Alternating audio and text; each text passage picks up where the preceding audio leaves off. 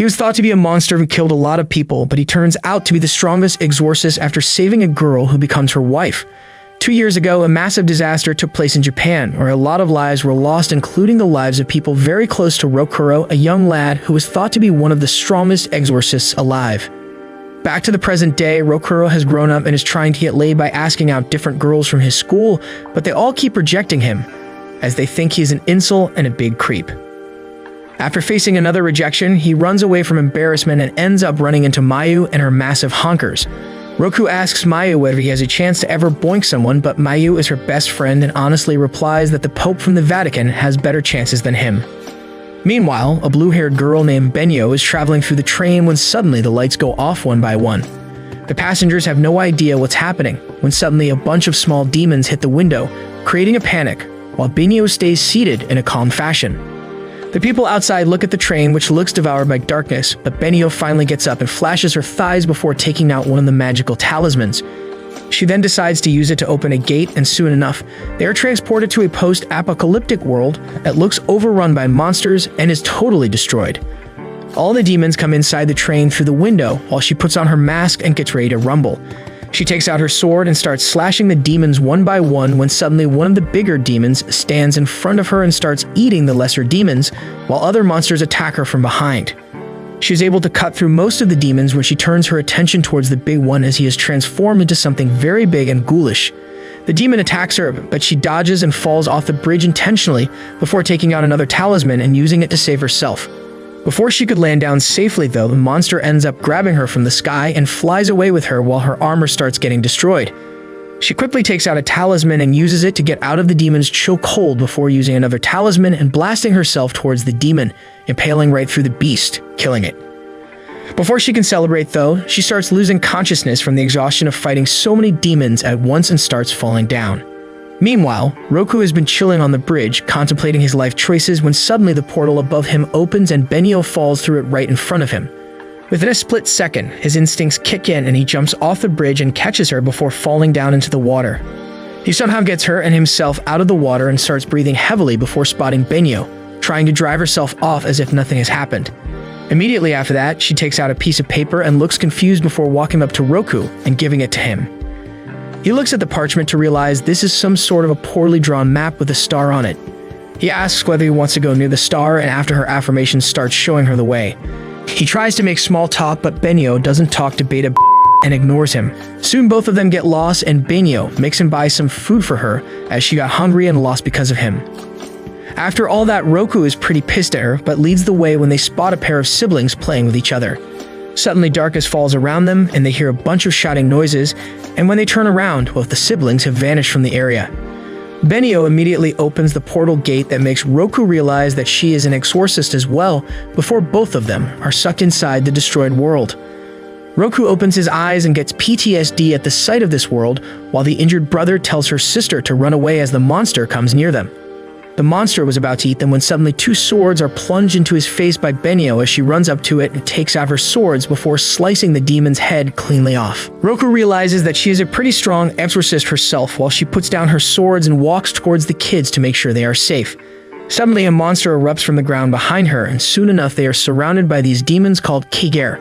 Roku watches in horror as his hands start shaking out of terror and anger about what happened 2 years ago.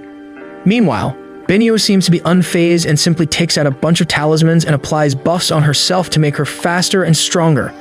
As she puts the talismans on her body, they start glowing and she picks up her sword once again and uses one of her strongest attacks. She attacks all the demons around them at the speed of lightning and starts slicing through all of them one after the other without taking a break, while Roku watches in amazement, unable to believe that women can be so strong and independent. She keeps slashing through the enemies and soon enough, all of them fall to pieces and are destroyed. After that, she walks towards the injured boy laying down on the ground and she tells her sister not to worry while she takes out another talisman from her pocket and puts it on the boy before casting a healing spell. The boy wakes up and thanks Benio while Roku walks up to her before praising her for her amazing fighting ability and stamina. She asks why the hell is he here and he tells her that she dragged him here, but before they can leave, suddenly the ground beneath them trembles and breaks before a giant spider-like demon that came straight from Australia appears ready to kill them. Benio tells Roku to take the kids off his safety while she deals with the Australian spider, and Roku immediately takes the kids and walks away. Benio gets ready and jumps up the spider one limb at a time, but as soon as she tries attacking his head, she is blasted away to the ground. Roku immediately goes up to her to make sure that she is fine, but she realizes that they will need some distraction if they want to save the kids. She gives Roku one of her talismans and tells him to take the siblings and get back to the real world while the spider walks towards them. He asks what is she thinking to do, and she replies that she will defeat Australia no matter what, as America is always number one. Roku tells her that she should run away with him, but she tells him that she ain't no like him, as she is an exorcist whose job is to exterminate these creatures. She walks down towards the monster and primes her sword ready for an attack before blasting off the ground straight towards its head. Unfortunately, the monster is pretty fat and sturdy, so the attack doesn't really do much. She falls back to the ground and decides to use her special attack and starts attacking extremely quickly from all different angles while Roku watches from above, realizing that she can't keep this pace up. Her armor starts falling apart as she clashes with the demon again and again when the demon tries to attack her, and she barely blocks as her armor falls apart completely. She decides to buy some time and uses an immensely strong attack that pushes the demon back into the wall, but it leaves her breathless and bleeding from the damage that she took. Her stamina starter is wearing out alongside her protective enchantment, so she tries to find more talismans but realizes that she used all of them. Just when she thinks all is over, Roku appears in front of her, which completely shocks her as he is supposed to leave with the kids. She tells him to run away, but he tells her to shut up and see the power of a real man. He immediately takes out a talisman and starts walking towards the beast, while he gets flashbacks of the disaster that occurred 2 years ago, where he wasn't able to protect anyone. He finally gets ready to face the reality and uses the talisman on his hand, which immediately starts glowing and catches on fire before he uses his magic to channel its energy and convert it into a huge red gauntlet. Benio is unable to believe that this guy is an exorcist with such insanely strong energy. Roku stands strong and challenges the demon to a fight before launching himself off the ground and landing a punch that even Mike Tyson would be proud of.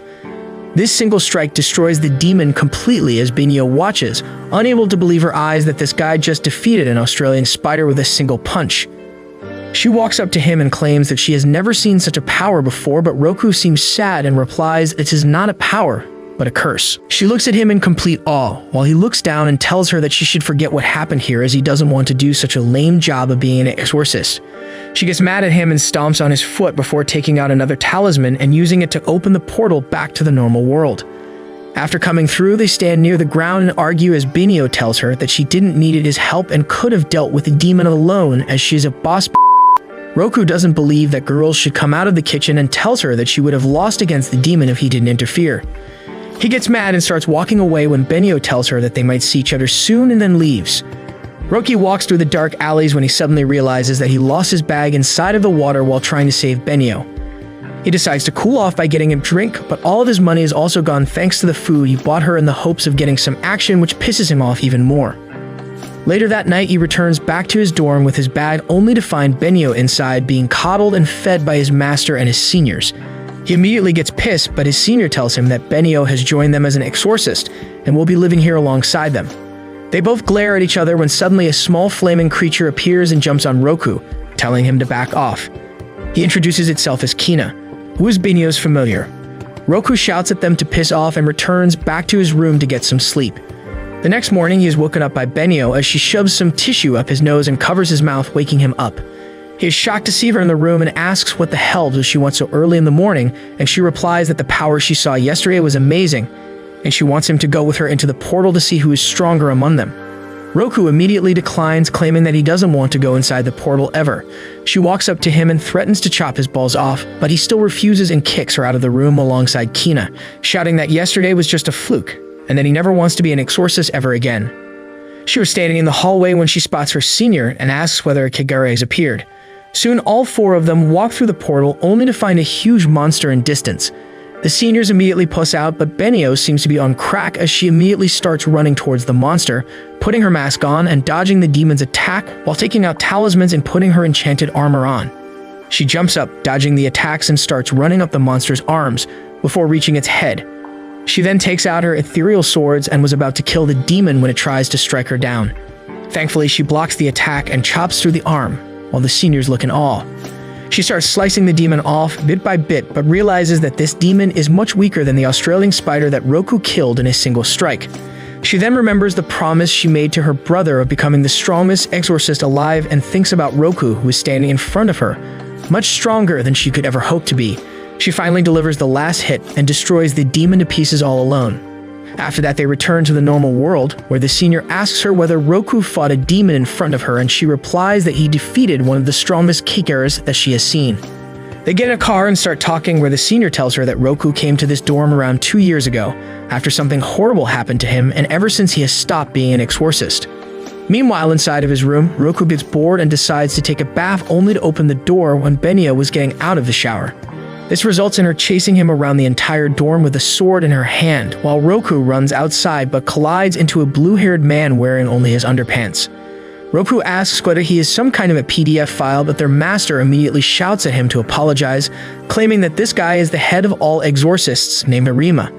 They all go inside, where Arima excitedly tells them that he has some wonderful news and tells the old man to assemble his exorcists and meet him beneath the shrine. The old master alongside all his students walk up to the shrine, and the master simply pulls the entire shrine that opens a hidden trapdoor beneath them.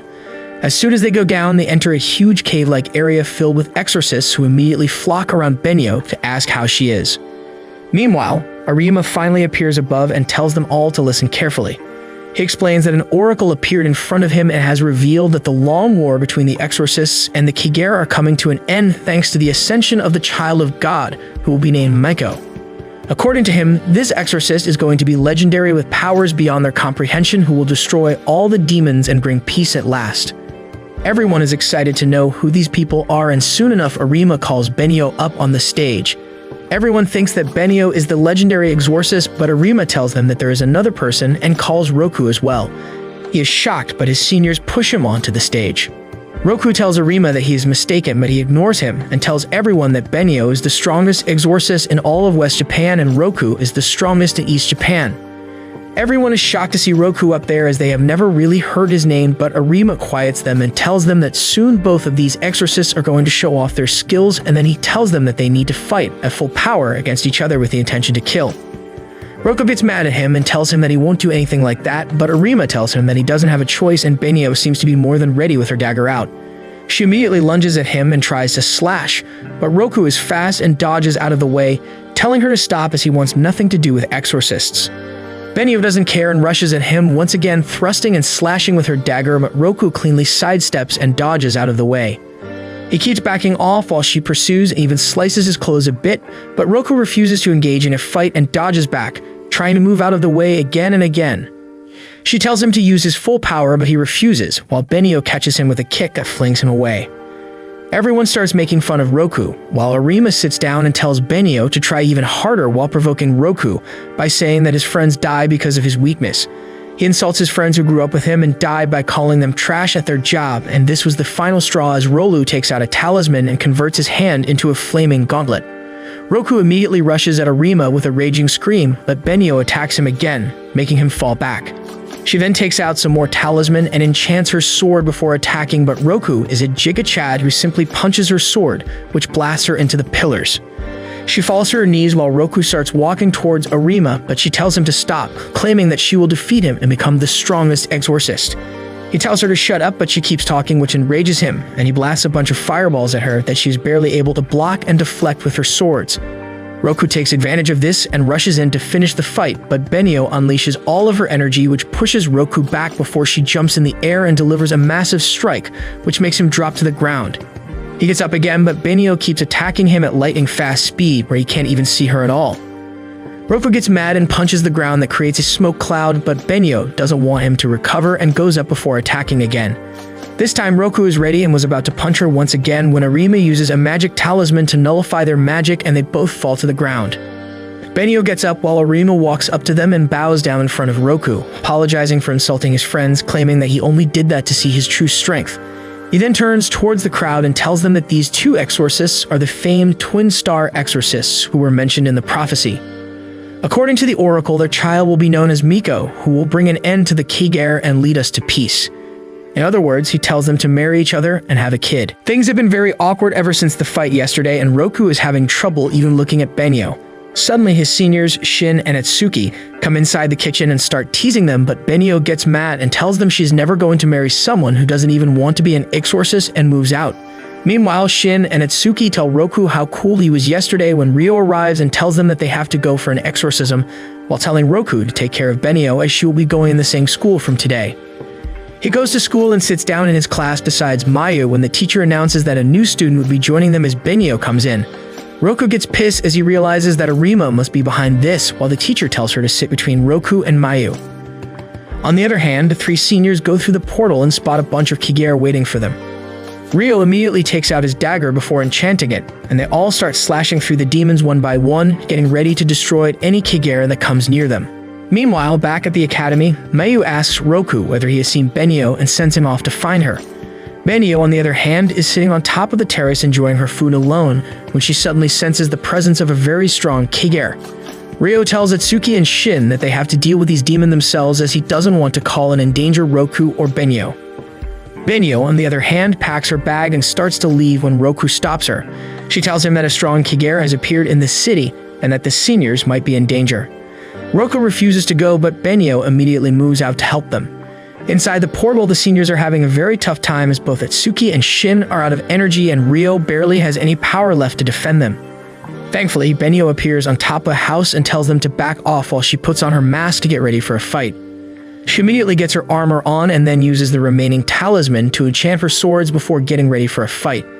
The seniors are stunned at her ability to use so many spells at once while Benio crouches down and launches herself to attack the giant demon. She immediately slices through the demon like butter with an insane speed that shocks everyone, but the Kigare is pretty strong and forces her back while a different Kigare appears behind her. Ryo immediately takes care of it and tells her that they will deal with the smaller ones while she focuses on the bigger one. The giant Kigare ends up being too much for her to handle, and he ends up making a small portal that damages one of the rides at an amusement park. Thankfully, Roku is passing by and immediately runs in to rescue the kids while Benio uses one of her special attacks to land a huge number of hits in quick succession to push off the demon before jumping up in the sky and using her special technique to slash through the demon from head to toe, slicing it in two pieces and destroying it completely, while the seniors watch in awe. Back in the real world, Roku climbs up the ride and walks towards the kids, telling them to grab him as the ride is about to fall off. One of the kids grabs him and gets to safety, but the other kid is too scared as the ride starts losing balance. Roku remembers his friends and tells the kid to trust him and make the leap, and is able to grab the boy's hand just before the ride crashes down below. After saving the kids, he returns back to his dorm where he finds Benio and the seniors waiting for him. Benio notices the dirt on Roku's clothes and asks about it, but Roku says that it's nothing before asking how the exorcism went. Benio tells him that it went amazing, and then they go inside to get a well-deserved sleep. The next morning, Ryo invites everyone for a meeting and tells them that the seniors will be going to submit the exorcism reports and then will go to do some exorcisms. He asks what will Benio be doing, and she claims that she will clean her swords and then study for her exams, while Roku claims that he will just chill. Ryo tells him to focus on his studies more, which annoys Roku, and he moves out to get some fresh air. Meanwhile, Ryo and the others go up to the city and submit their reports before going towards an old house that they have been asked to exorcise. He reads up about the history of the old house, only to find out that the original owners died, after which their son put the house on rent, but ever since that day, around 11 people have vanished from this house, never to be seen again. Ryo tells them to split up and check each and every room while being very careful. They go inside and split up, but are unable to sense any Kigare around. Still, to be sure, they end up purifying every room. Finally, they move to the final room and immediately start feeling a foul presence inside. They take out their weapons and try looking around carefully when suddenly they start feeling a very strong sense of fear, and their entire body freezes and starts shivering. They tell Ryo that they want to leave this place immediately, but Ryo tells them to man up and opens the portal. They immediately find themselves face to face with a giant two-headed Kigare who immediately attacks Shin and Atsuki, shoving them into the wall. By the time they regain their composure and look around, Ryo alongside the monster has already disappeared. Both of them quickly reach back home to find Roku, who just came back as well. They tell them about how Ryo was taken away into the portal by a Kigare who seemed to be waiting for them, and this totally horrifies Roku, who immediately runs into Benio's room, who was sorting out her talisman. He asks her for her help, but Benio doesn't reply. Seeing this, he shouts out her name and immediately falls down to the floor, bowing in front of him while begging her to help him get Ryo back. Benio realizes the gravity of the situation and immediately tells Roku to get his head up, as an exorcist doesn't need to be begged to fight. He thanks her, and they start getting ready, while on the other hand, Ryo is running through the streets, injured and exhausted, hiding in dark alleyways and trying to avoid the huge Kigare that has been stalking him more than my ex stalks me. He lays down on the floor out of exhaustion and realizes that he doesn't have any talismans left to escape this hellhole. Suddenly, he looks up to see the monster, who looks exactly like my ex without makeup, and the monster tosses him away like a fly. Before he could ever regain his balance, the monster strikes again and uses his tentacles to stab Rio in the leg before hoisting him up in the air. He immediately cuts off the tentacle and falls to the ground, only to be yeeted again by the Kigare, who throws him into a building before ripping apart the entire area and yeeting him once again. He spits out blood and has barely any energy left as he looks around to see a bunch of smaller Kigare have appeared around him to try and finish him. Rio realizes that there is no way out of it and he is going to die anyways. He sits up once again and picks up his sword to try and bring one monster down before he dies, but his enchantment wears off, giving his sword the post-nut clarity. He seems to have accepted his defeat as the Kigare comes near to finish him off, but just before it could kill him, Rio uses one final blast of his energy and stabs the monster's eye with his flaccid sword. The monster remains unfazed and grabs Rio, and was just about to devour him when Roku arrives from nowhere and sucker punches the shit out of this demon. He immediately checks on Rio, only to find out that he is in a very bad shape. This truly enrages him as Rio is like a big brother to him. Suddenly, the monster appears behind him, but Roku immediately uppercuts the shit out of it, while the smaller ones start surrounding them. Rio tells him to leave immediately if he wants to live, but Roku tells him to chill as soon enough the lightning-fast attack is seen, and soon enough every single demon in the vicinity loses its head as Benio uses her special attack to destroy every single smaller demon all at once. Their victory is short-lived, however, as the giant Kigare rises again, and alongside it, several smaller monsters also show their heads. Roku tells Rio to hang back while he rushes in to deal with every single one of them. Unfortunately, he isn't as fast as Benio and starts getting swarmed soon while he tries to deal with the remaining buggers, but Benio comes to the rescue once again and destroys every monster in her path. She then turns towards the bigger one, but Roku tells her to stay back as this one is his prey as he jumps up in the air, dodging its attacks, and then lands an incredibly powerful punch straight to its face, destroying it immediately. Benio quickly deals with the remaining scum while Roku runs up to Rio to check on him. He then picks him up and they all go back to their dorm where Shin and Atsuki are delighted to see them again. Later that day, Benio goes back to the haunted house and purifies it completely. As she comes out, she spots Roku sitting there alone. She asks why he is here, and he immediately bows down, thanking her for helping him save Rio. She tells him to get up before claiming that he looks good when he fights, following that up by an insult about how stupid and bitchless he is, which starts their bickering once again. The next morning, Roku goes off to the hospital to check up of Rio, who has been admitted to the hospital till he gets his strength back. Roku gives him a bunch of sweets and snacks before going outside and wondering whether he has what it takes to be an exorcist even now. When he reaches back home, he finds everyone inside the room ogling over Benio as she creates a bunch of talisman in her perfect handwriting. They all start teasing Roku for his bad handwriting, so he takes it upon himself to prove them wrong, but ends up making a joke out of himself as he is unable to make a single working talisman thanks to his shit handwriting. They were still making fun of him when suddenly the old master runs to their room and screams that a huge amount of Kigare have been spotted inside of the city. Shin and Atsuki are scared because Rio was their leader and the strongest member, but Benio tells them that she will take command and organizes everything, even asking Roku if he wanted to come. They all get into the van, including Roku, who claims that he is just coming to watch and won't engage in a fight. Shin turns around and gives Roku a talisman holder, claiming that Rio made it himself and he wanted Roku to have it if he ever wandered into the portal again. Roku takes it with a smile on his face when suddenly they reach the location only to find out that it is an elementary school. They rush inside to spot a distressed teacher who claims that all the children on the team suddenly vanish into thin air. Benio doesn't wait any time and immediately opens the portal before jumping in with the others.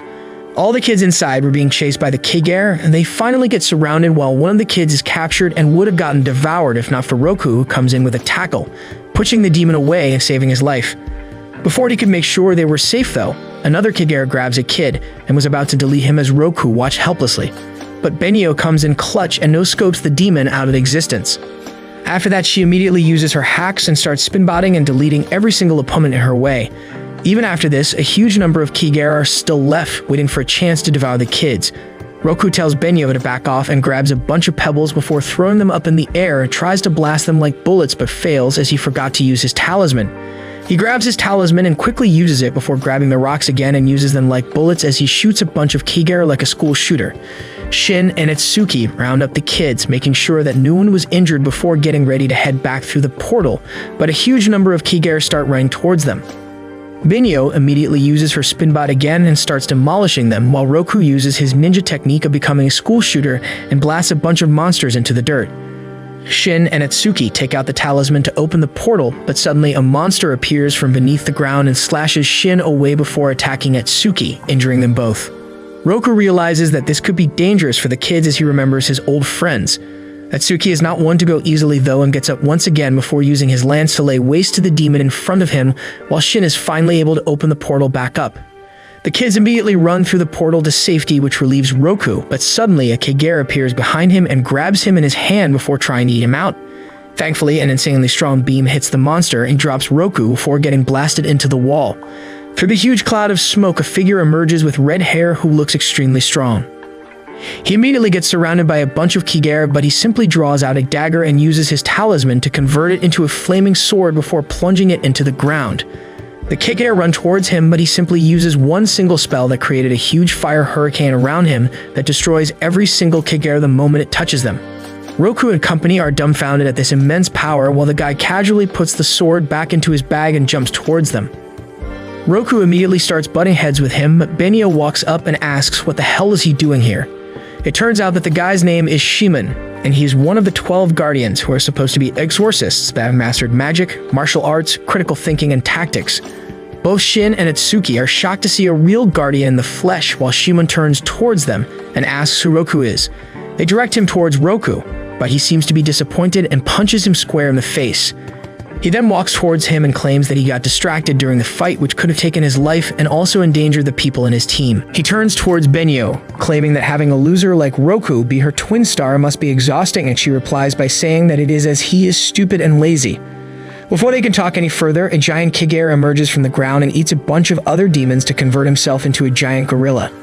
He punches the ground that sends a shockwave towards our hero, but they are able to dodge quickly, except Shin and Atsuki, who get caught and are knocked to the ground unconscious. Roku is horrified and worried for them, and turns towards the monster in blind rage. Shaman thinks that Roku must be a weakling and tries to deal with the Kagero himself, but Benio stops him and claims that he could get hurt if he comes in Roku's way. Roku walks up to the demon and takes out his talisman before getting his gauntlet in place. He then charges it up with his magic, and as the Kagero tries to punch him, Roku punches back, intercepting his attack. There is a small clash, but soon enough Roku overpowers the beast and in a single attack destroys it completely. Shaman is surprised to see how much power this seemingly stupid boy has while Roku breathes hard. While this was happening, a mysterious figure has been watching the entire show from the top of the building, but as soon as Shimon senses its presence, the figure disappears. Before he can investigate further, he gets a call from Arima, who tells him that he is needed back at the headquarters immediately, and even though he tries to stay and investigate, Arima calls him back through a portal. Roku follows him through as he wants to know more about him, but he falls to the ground out of exhaustion because of using so much energy in a single attack. Suddenly, he notices the entire team of kids and their coach standing in front of him and thanking him for saving their lives. Later that night, they go back to their dorm to have a lovely dinner while Shin and Atsuki talk about how cool Shimon was. Roku seems to be getting jealous of his strength, and he turns around towards Benio, asking when did Shimon become one of the guardians, and she replies that he became one 2 years ago when he was 14 years old. Roku gets up in amazement as even he is 14 right now, which means that Shimon was stronger than him even 2 years ago. This gives him a target to chase and defeat as he starts smiling, thinking of the day when he can become stronger than him. The next morning, both Benio and Roku go to school, but during the lunch break, Benio senses the presence of Kagero nearby, so she immediately excuses herself and leaves the school early. Roku watches her go but decides not to follow, while Mayu inquires about why is he so interested in her. Meanwhile, Atsuki and Shin are having a rough time dealing with so many Kagero alone, especially the big one who is coming towards them. Thankfully for them, Benio arrives just in the nick of time and destroys the demon instantly, telling them to chill out as she will handle everything now. The next morning she moves to school, but is immediately intercepted by Mayu, who asks whether she wants to sit together today. Benio ignores her and moves on, but she seems to be following her and tries to pair up with her during the PE class and during the lunch as well. Later that day, when she was about to leave, Mayu stops her once again and tells her that she wants to be her friend. Benio tells her that she works in a dangerous environment and doesn't need any friends. Mayu thinks that she is some sort of Yakuza, but before she could ask any more questions, Benio leaves for home. On the way, Roku calls her from behind and tries to make small talk, but is immediately attacked by her familiar who doesn't want her to get rizzed by this low IQ moron. Benio starts walking again, and when they reach home, they find out that Ryu has been released from the hospital, so they have a party including pizza and whatnot. They start talking again, and Ryo claims that Shin, Atsuki, and him have to go for another exorcism tomorrow, and Benio immediately tells them that she will go as well. They were all happy about things going well when suddenly Roku opens his mouth and claims that he would also like to come, as Ryo might still be weak from his last battles. Everyone is shocked and silent, which makes him feel embarrassed, so he tells them that he is just bored. Ryo immediately starts hugging him, claiming that he would love it if Roku went for exorcism tomorrow. The next morning, Benio gets ready for her training while the three seniors are ready in their gear. Suddenly, Roku screams and runs down, telling them to wait as he woke up late today. They tell him not to worry and soon leave. Benio goes on for a jog while remembering that Ryo asked her to let Roku handle this one as he wants to see how serious he is. While running, Mayu intercepts her once again, claiming that she is jogging to lose some weight when suddenly Benio's stomach starts rumbling, so Mayu takes her with her. Meanwhile, Roku is already deep into combat as he quickly uses his talisman to put energy into the rocks and then uses them as bullets to blast away a bunch of Kigare all at once while Ryo finishes up the demon inside the cube that the others captured. Before they can celebrate, a bunch of Kigare emerge from beneath the ground and try to surround Roku, but he immediately backs off towards the others. Ryo takes the lead again, and they all move forward in conjunction to try and defeat everyone. Meanwhile, Mayu takes Benio to a restaurant and gets her favorite dish so she can become her friend, but while talking, suddenly the entire restaurant shakes and the lights go out as Benio senses something dangerous. Inside of the portal, a giant Kigare appears, destroying everything in its path, and when Ryo tries to attack it, the demon simply smacks him away like a half-dead fly. Shin and Atsuki immediately try to create a barrier in front of them to trap the monster, but it swipes away and destroys the talisman with extreme ease before trying to attack them again.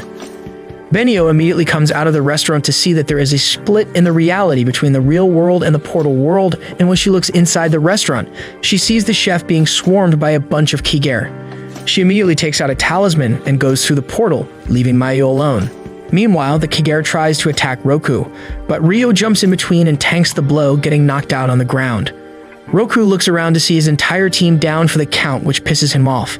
He walks towards the Kigare and takes out his special talisman before using his magic and getting his flaming gauntlet on his arm. The Kigare tries to punch him, but he easily jumps over the attack and runs up its arms to deliver an incredibly powerful punch to its face, which immediately destroys it. On the other side, Benio deals with Kigare and saves the chef before deciding to return through the portal. As soon as she comes to the real world, Mayu hugs her and starts crying, claiming that she was scared for her. Benio is unable to process these emotions but starts hugging her back, finally accepting her friendship. They start walking back and Mayu tells Benio that she knows about exorcists as his grandfather is an old master for one of the dorms. Benio suddenly realizes that the old master at their dorm is Mayu's grandpa. Mayu suddenly realizes that this means she is living with Roku and immediately rushes back to the dorm. They find Roku and the others who have just returned from their exorcism, but as soon as she sees Roku, Mayu jumps on him and starts hitting him for not telling her that he was living with Benio all this while. The next morning, Arima visits the dorm wearing his beach shirt and shorts. He tells Benio and Roku that he has a special test for the two of them and shoves them into his car before driving away.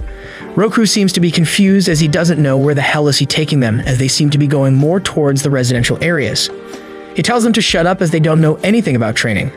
He then stops in front of a giant mansion and parks his car before going in. He tells them that this used to be his holiday mansion where he clapped many cheeks on crack before showing them the massive area, beautiful pool, sauna, and finally a full-fledged home gym. Benio seems to be impressed by the gym, but Roku still believes that something is wrong.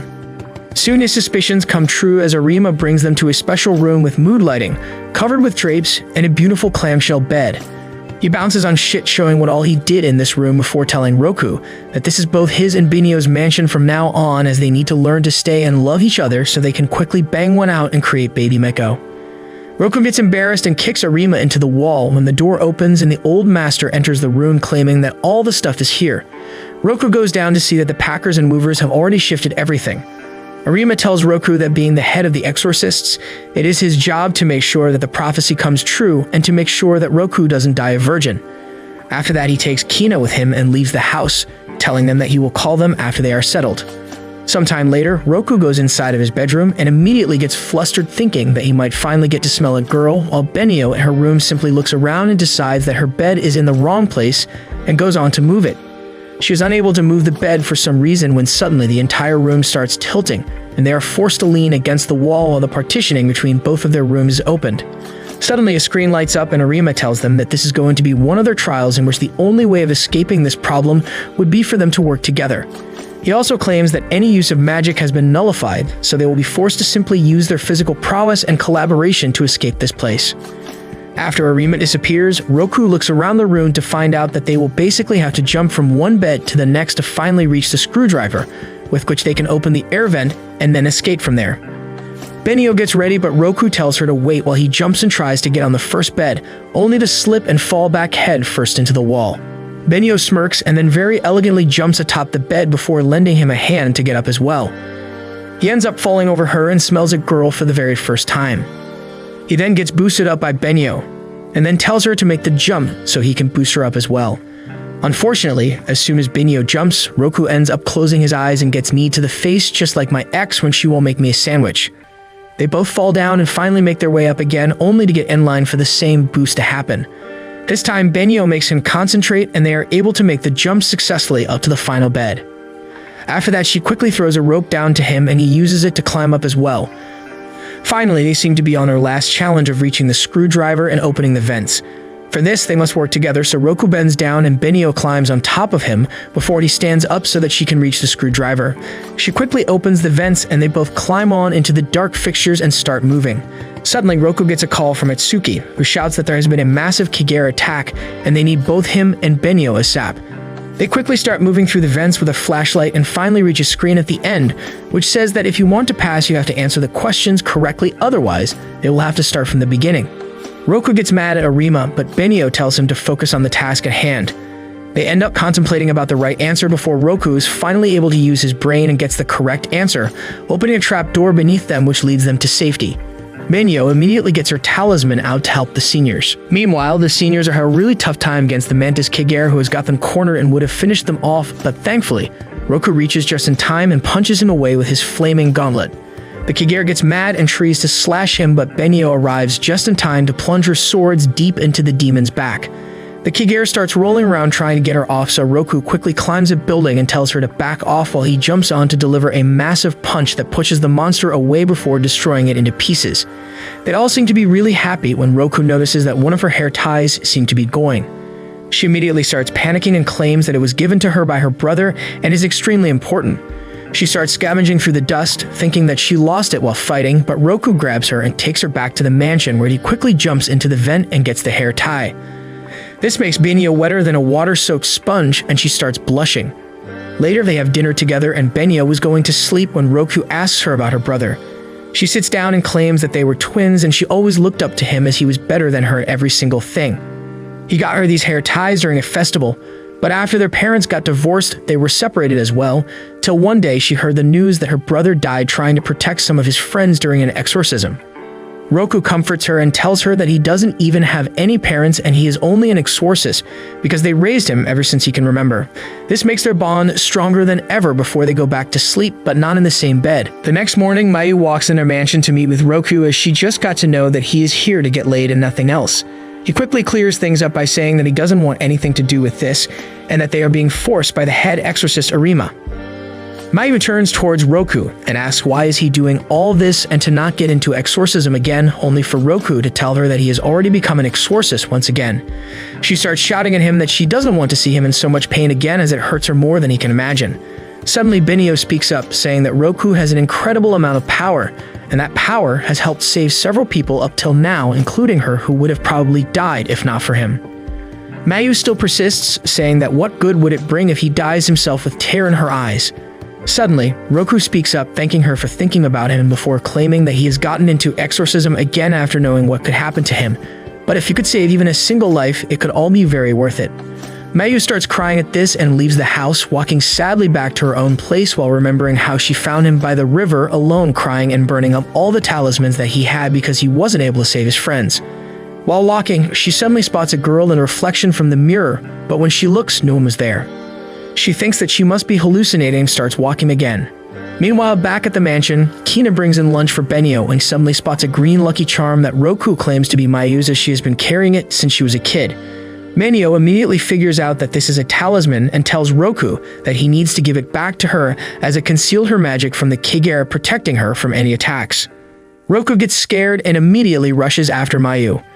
While Mayu was walking, she suddenly feels like she was grabbed again and looks behind to see nothing, only to look at the mirror to see a dirty-looking girl holding on to her. She is too stunned to speak anything when suddenly the girl smiles very creepily and pulls her into the other world. She wakes up to find herself in a totally different place surrounded by a red wasteland and gets super scared.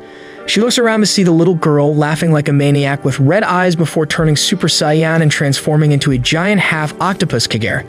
It immediately grabs Mayu up with its tentacles, reminding me of some tentacle videos that I have watched at night, before bringing her close to her chest where she sees a bunch of more Kigare waiting to devour her. She starts crying, hoping that someone would save her while the Kigare was about to deep-throat her when suddenly Roku shows up with a massive Superman punch to the monster's face in pure rage. The impact makes the demon leave her alone and he catches her immediately, asking whether she is fine. He tells her not to worry as he will save her, and she ends up falling unconscious because of exhaustion. He puts her down and turns towards the monster, ready to teach it a lesson while it stands tall in front of him. Suddenly, even Benio shows up, saying that he should see to Mayu while she defeats this Kigare, but he refuses, as he wants to kill it himself. They start attacking it as Rokun delivers strong punches while Benio tries to slash it to pieces, but to their surprise, this Kigare is much stronger than any they have faced before. Before they can come up with a plan, suddenly the Kigare is slashed by several magical strikes, and it gets annihilated within a couple of seconds, right in front of their eyes as a sleepy-looking guy emerges, saying that it should have been an easy job for them. He walks up to Mayu to make sure she isn't dead before turning towards Roku and asking how he has been while he trembles in his place. It turns out that this guy is called Seigen and is one of the 12 Guardians as well.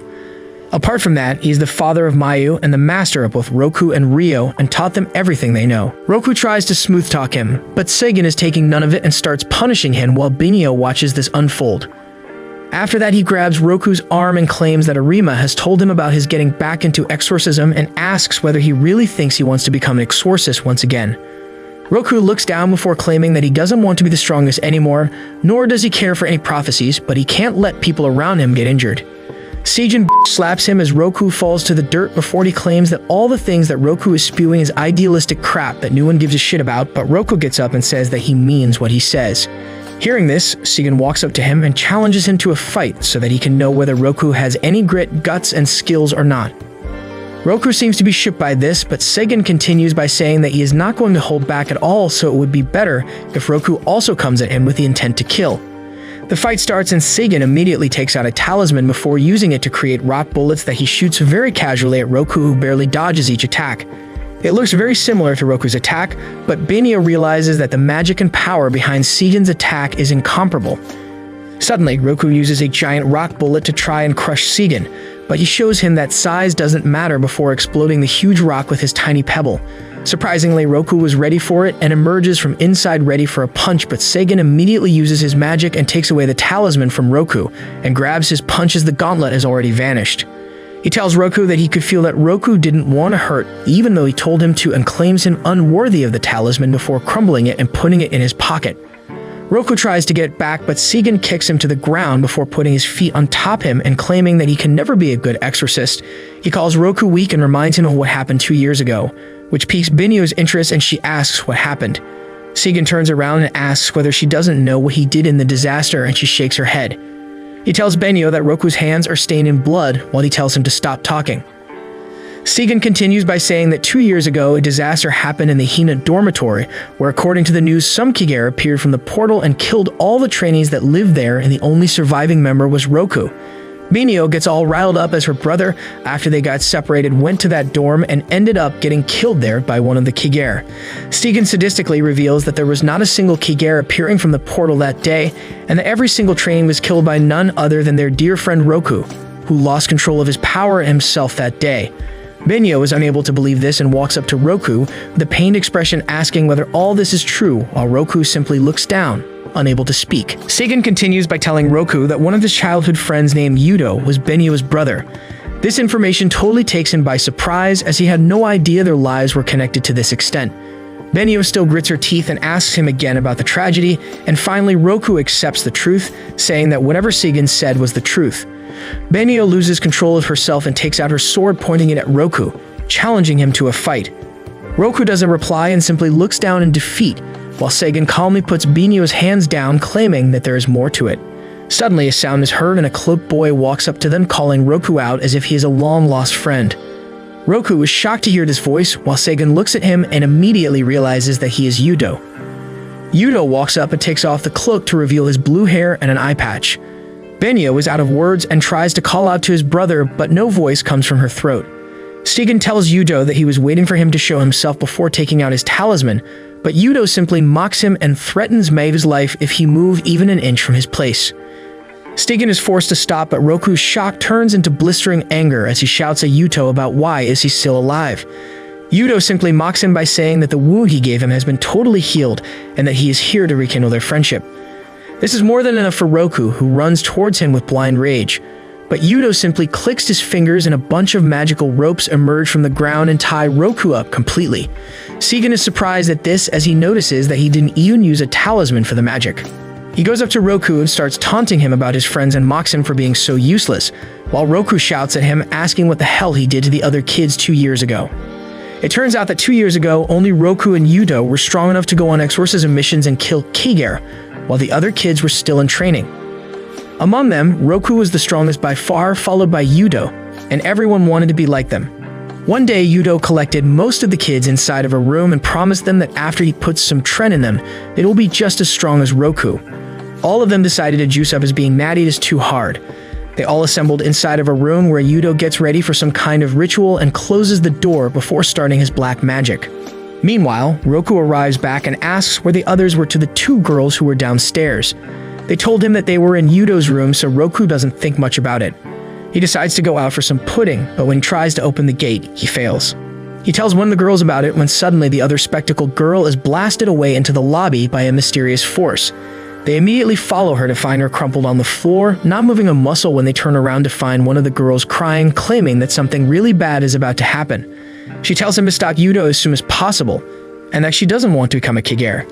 Suddenly, she starts changing and becomes a huge monster right in front of them. Before they know, the entire dorm is crawling with Kiger that used to be their friends. Roku and the green-haired girl immediately try to escape outside, but the door is locked and one of the Kiger grabs the girl from behind and opens his mouth, drooling all over her while she cries for help. But Roku's entire body is frozen and he wasn't able to do anything while the girl gets devoured right in front of his eyes. Watching this, Roku truly falls into despair, which soon turned into volcanic rage. Benio is unable to believe this story as she stands there unable to understand how can a human become Kiger. Seigen tells her that this is called Kiger corruption and is known by very few people who are brave enough to deep into the dark arts. This is one of the most evil things that people have done in order to gain more power, and Yudo used the kids at the dorm as their test subjects so that he can figure out how much power can he gain and how to perfect the transformation. In other words, he tells her that the person responsible for the tragedy was not Roku, but her brother Yudo. Benio refuses to believe this, claiming that her brother is the most kind person that she has ever seen and that he will never do it, but Yudo himself speaks up and tells Benio to shut up as her voice is annoying. He claims that he is done hearing her righteous chatter. Seigen tells her that she should accept the reality as Yudo has always deceived the people most closest to him, and in his true nature, he is a cruel and twisted man. Benio asks him whether all the time they spent together was a lie as well, and then he destroys her even more by saying that he never loved her and thought that she was a stupid sister who couldn't keep up with him and considers her one of the worst things that happened to him. Benio is stunned, while Roku gets enraged to such an extent that he starts breaking the magical ropes with his sheer physical strength, moving towards Yudo, telling him that no matter what he does now, and even if he dies, he will never forgive him for what he did. He breaks himself of the final rope and rushes towards Yudo, when suddenly his fist transforms into the flaming gauntlet on their own before taking a darker look as he punches him. But Yudo dodges and backs off, while Seigen is shocked to see that Roku did that without a talisman. The dust clears and Seigen realizes that Roku has lost control of himself once again as he is enveloped with rage, and his eyes turns red as he attacks Yudo. The attack is easily stopped by Yudo, who isn't fazed by this and tells Roku that he has mastered the art and has full control, unlike him, before flicking him away into the wall. Roku gets up once again and tries to attack, but gets blown away once again. Roku thinks that third time's the charm and does it again, but is flicked away yet again. Yudo starts enjoying this game of tennis and keeps flicking him away again and again as Roku relentlessly attacks him without any care for himself. Benio watches this from afar, unable to believe who his brother sadistically tries to hurt Roku, who lost himself in rage for the dead kids. Roku emerges again and goes in for an unbelievably strong punch, but suddenly Benio comes in between and tries to block the hit with his sword. Roku comes back to his senses after seeing her, but fails to stop and blows Benio away into a container. He immediately walks up to her, asking why did she do that, and she replies that she couldn't see him loosing himself to the rage inside of him. Yudo walks behind him and tells Roku that he always knew Roku was powerful and offers him a position by his side while promising to make him more powerful than ever, but Roku tells him that he would rather die than join forces with Yudo. Yudo simply smirks, claiming that they will meet soon and by that time Roku should become more stronger so that he doesn't get bored and then walks away. Segan tells Roku not to follow and opens the portal while grabbing Mayu. They enter to the real world through the portal and Segan takes Mayu away, while Benio immediately goes down to her knees and bows in front of him, begging for forgiveness for the pain that his brother brought to him all these years.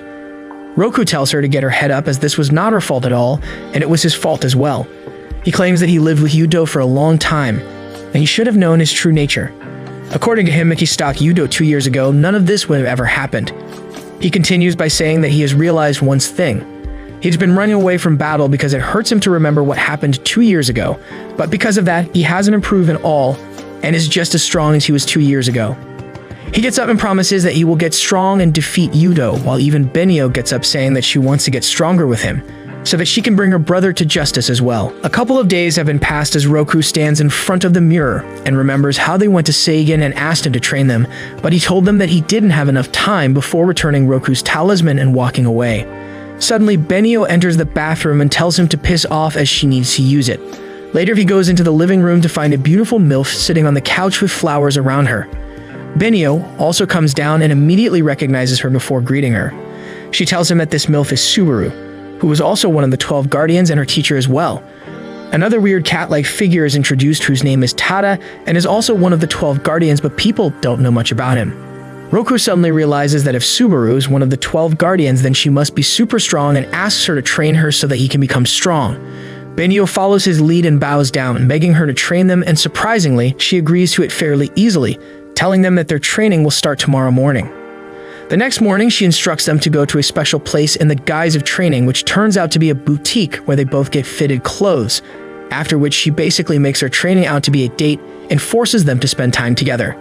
They seem to have trouble doing it, and finally, after getting exhausted, Roku buys a bunch of food for Benio, which makes her happy, and they sit down by the river where they first met as Benio chows down on the food hungrily. They were talking about life when suddenly Kigare appear from nowhere, catching them by surprise. Benio immediately opens the portal and they both get in, only to find an insanely large number of Kigare waiting for them. Roku immediately gets his talisman out and uses it to get his flaming gauntlet out, while Benio uses her enchantments and gets ready to slice anything that comes her way. Suddenly though, she notices that Roku seems to be having some problems controlling his arm as he drops down to his knees out of pain, and when Benio tries to help him, he loses control and lashes out at her. She dodges away again and again while Roku tries his best to get himself back in control while telling Benio to run away. Benio, however, is determined and uses one of her tranquility talisman on him, which takes a lot of energy from her, but it calms him down enough for him to get his hand back under control.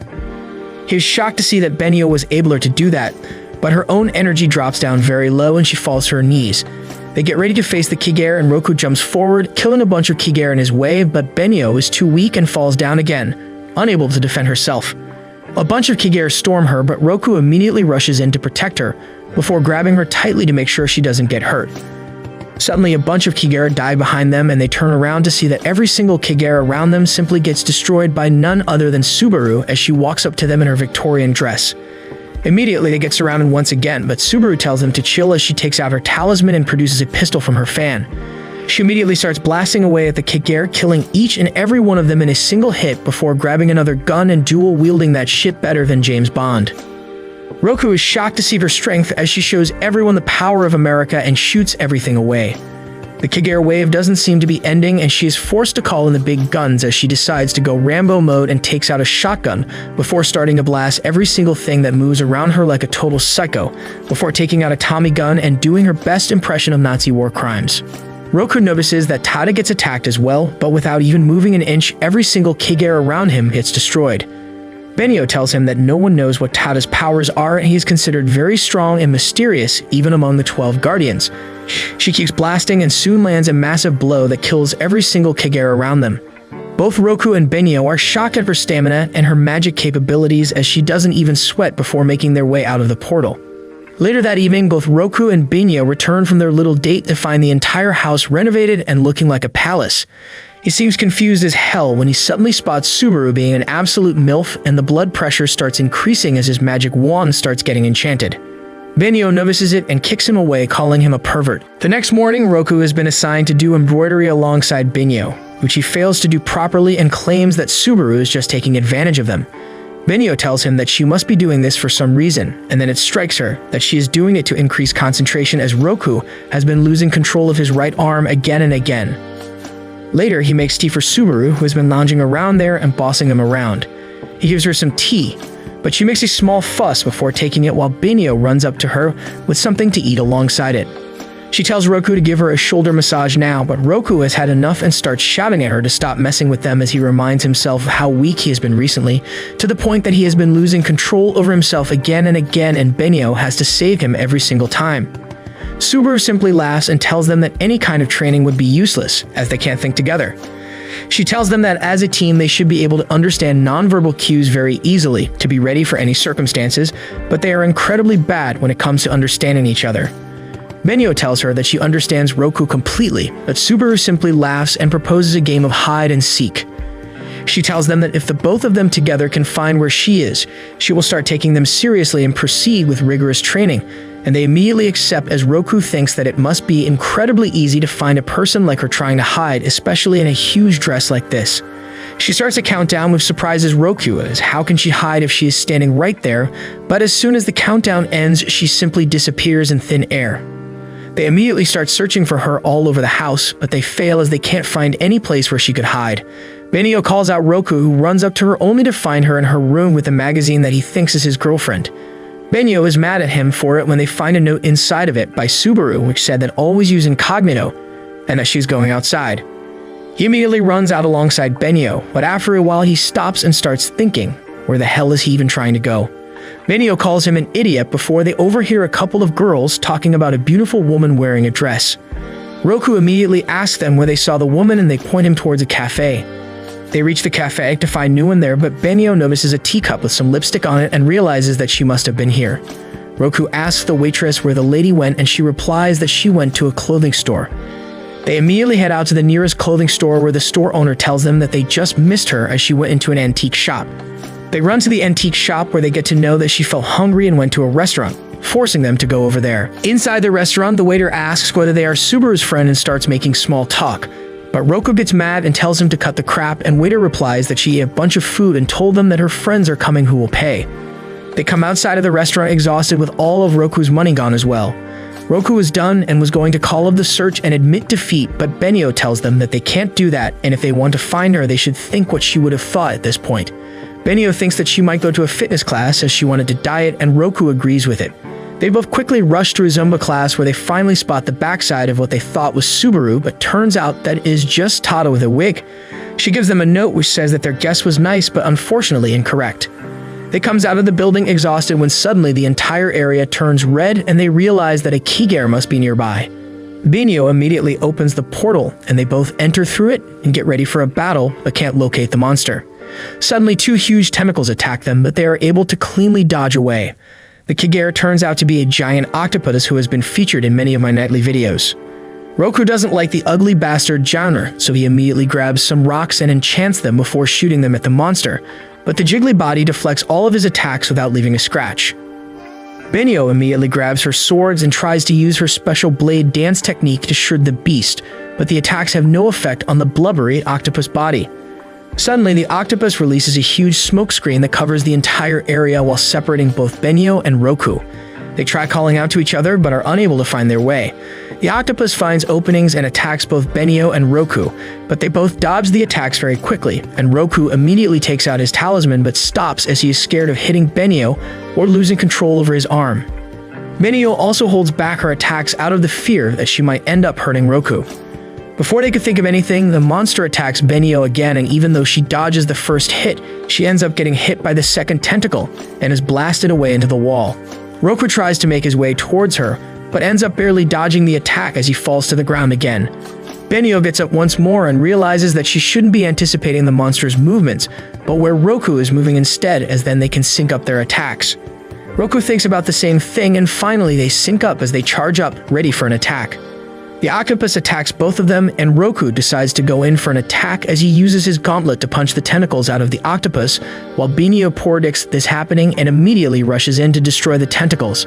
Soon they both blast themselves towards the octopus and in a synergized attack, blast a hole through the monster, destroying it completely. Suddenly they hear the sound of someone clapping and they turn around to see Subaru on top of the building alongside Tada. She congratulates them for their teamwork, claiming that they have improved a lot, and because this time Roku was also thinking, rather than simply getting mad, he was able to control his arm completely. They both enjoy their victory before turning towards Subaru and claiming that the game hasn't been completed yet, which means that they won as they found her. Subaru simply sighs and vanishes, giving them their victory. The next day, she leaves alongside Tada, and while leaving, she hands a note to Binyo, who reads it and looks mad before going inside Roku's room and finding another nature magazine before throwing them all away. A couple of days pass by without any incident, while Roku pushes himself hard at his training, keeping at it as much as possible. He realizes that his power has increased by quite a lot as he uses his punch to extinguish a bunch of flames while thinking about how he lost control and how he never wants to hurt Benio ever again. He then decides to try and rein in his extra power, so he uses his punches but makes sure that none of the flames go off. He does that for every remaining candle, and once he is satisfied, he thinks about how he can defeat Yudo, only to come to the realization that he can't defeat Yudo simply by reining in his strength and keeping everything under control. To go against Yudo, he will need his complete strength without holding anything back while keeping himself in control. He decides that there is no point in pondering over this problem right now, so he calls it a day and returns back up only to find a lot of smoke coming from the kitchen. He runs in to find Benio there cooking something in a giant pot that smells so bad that she looks like a scientist working at a nuclear plant. He asks what the hell is she cooking, and she tells him that she decided to make some healthy lunch out of veggies, sardines, tunas, snails, goobers, and other hellish things. He tells her off saying that her cooking is shit and that she shouldn't cook anymore. Benio pays him no attention and claims that the dish is ready. Roka refuses to eat anything, so she shows him a glass of Chernobyl juice that she has created and drinks every single day to stay healthy. She claims that she even made one glass for him as well, which is very thoughtful, but Roku still doesn't want to drink it. Benio shows him how to drink by chugging the entire thing down as if it is pumpkin juice before calling Roku a beta male. Roku obviously cannot let this pass, so he immediately chugs it down as well, but it turns out to be so bitter and bad that he ends up rolling around on the floor constantly while cussing her out. He gets up and tells her that she is an idiot sandwich and a doorknob who should never cook, or Gordon Ramsay might have a heart attack. She gets pissed by this and asks whether he can cook, and of course he replies that he can cook very well. She looks at him with a side eye and tells him that he should make something if he is so confident. He takes the challenge and tells her that from now on they will have a rotational policy where lunch will be made by her and dinner by him. But if they find out that his cooking is much better than Benio will not cook at all. She takes him up on the offer before telling him that she will be going out for an evening job while Roku gets ready to cook. She goes out and starts running by the riverside while thinking about her home-cooked food as she spots a mother-daughter duo happily carrying groceries back home to cook dinner. She remembers how her mom would ask her dad about what he wanted to eat even while they were facing a giant Kigare. They were one of the strongest exorcists and worked together at all times. To beat the Kigare, they simply got their enchantments on and attacked the Kigare in an orchestrated attack that destroyed the Kigare in a single hit, shocking every single exorcist in the area, while Benio simply clapped and told them that she wants to be like them once she grows up. Meanwhile, Roku has been cooking dinner using the entire kitchen and cooking with everything he could get a hold of to create the best dish she would have ever had. He gets distracted and ends up burning something but gets things under control sometime later, finishing up with a single bowl of egg fried rice, while a boatload of utensils are thrown into the sink to wash by the dishwasher, aka the women. He waits around and realizes that it has been quite a long time since Benio went out for a jog and starts getting worried. Meanwhile, Benio snaps back to reality as Kima speaks up and tells her that they should probably head back home as it is getting pretty dark, but Benio doesn't seem to be in any mood to socialize and keeps running in the same direction. Suddenly, they feel like something is off and she stops while Kina starts trembling as he tells her that he can feel the presence of a Kigare very close to them, and this one is very big too. Without missing a beat, Benio replies that she will delete it immediately. Sometime later, Roku arrives at the spot running with the food packed with him as he thought it will go cold. He looks around for her, wondering where she could go to run when suddenly a thought comes to his mind about what if she went to kill some Kigare alone. That's what exactly happens as inside the portal, Bimyo stands with her swords in her hands, while even Kina seems to be scared of the insanely large monsters in front of her. She doesn't seem to mind at all, and as soon as the colossal titan tries to hit her, she jumps off and decides to deal with it in a single strike. But to her surprise, the Kagero gets blasted and from inside someone comes out, kicking her back to the ground. The man asks whether she is an exorcist while walking towards her. She looks at him and he looks like a weird human Kagero combination with a golden eye. The guy asks whether she knows where he could find the twin exorcists, and he tells her to answer her quickly as he doesn't have time. He tells her that if she doesn't know, or if she knows but refuses to tell him, he will kill her. If she tells him, however, he might let her live. He gives her all the options and tells her that he will count down to 10 and wait for an answer, after which he will kill her regardless. He starts the countdown and immediately starts getting PTSD from when she was young, as her parents were defeated and held by this very monster who gave her an option back then, as well as choosing between saving her dad or her mom while he counted down to 10. She gets back on her feet while taking the swords with her, and shouts out his name in anger, which shocks the monster named Kamui, who asks her how does she know about him. She doesn't answer and immediately attacks him, but he easily moves out of the way, while she starts running as fast as possible, trying to land attacks while asking whether he has no regard for all the people that he has killed up till now. She tries to find an opening, while asking him whether she remembers the exorcist couple that he killed 6 years ago. He doesn't reply, which angers her even more, and she decides to attack, but to her horror, he simply punches the sword lightly and it breaks before using a magic blast to break her leg and knock her to the ground. He walks up to her and claims that he doesn't remember how many insects he steps over before jumping up and delivering a massive kick to her face that breaks her face armor and throws her away. He walks up to her as she lays motionless on the ground and asks whether she has been living all her life in the hopes of getting revenge for him killing her parents. And if that was the case, then this was a pathetic display of strength by her. He walks up and puts her feet on her head before asking how would she like to die. He gives her 2 options, saying that she could either die by getting crushed just like her parents, or she could die by him smashing her head into the ground. He then tells her that she will have 10 seconds to decide. He starts counting down and she remembers how at their funeral she promised that she will avenge them one day, and starts crying out helplessness and despair while Kamui counts down. She feels totally useless as she wasn't even able to do one thing correctly, and Kamui was about to end his countdown when suddenly Roku jumps in with a massive punch that blasts him away. He tells Binyo off for being this reckless and trying to fight Kagero off on her own even though they are a team. He tells her that he even brought her some dinner as it would have gotten cold. This truly touches her heart as she tells him to run away as he cannot defeat this monster.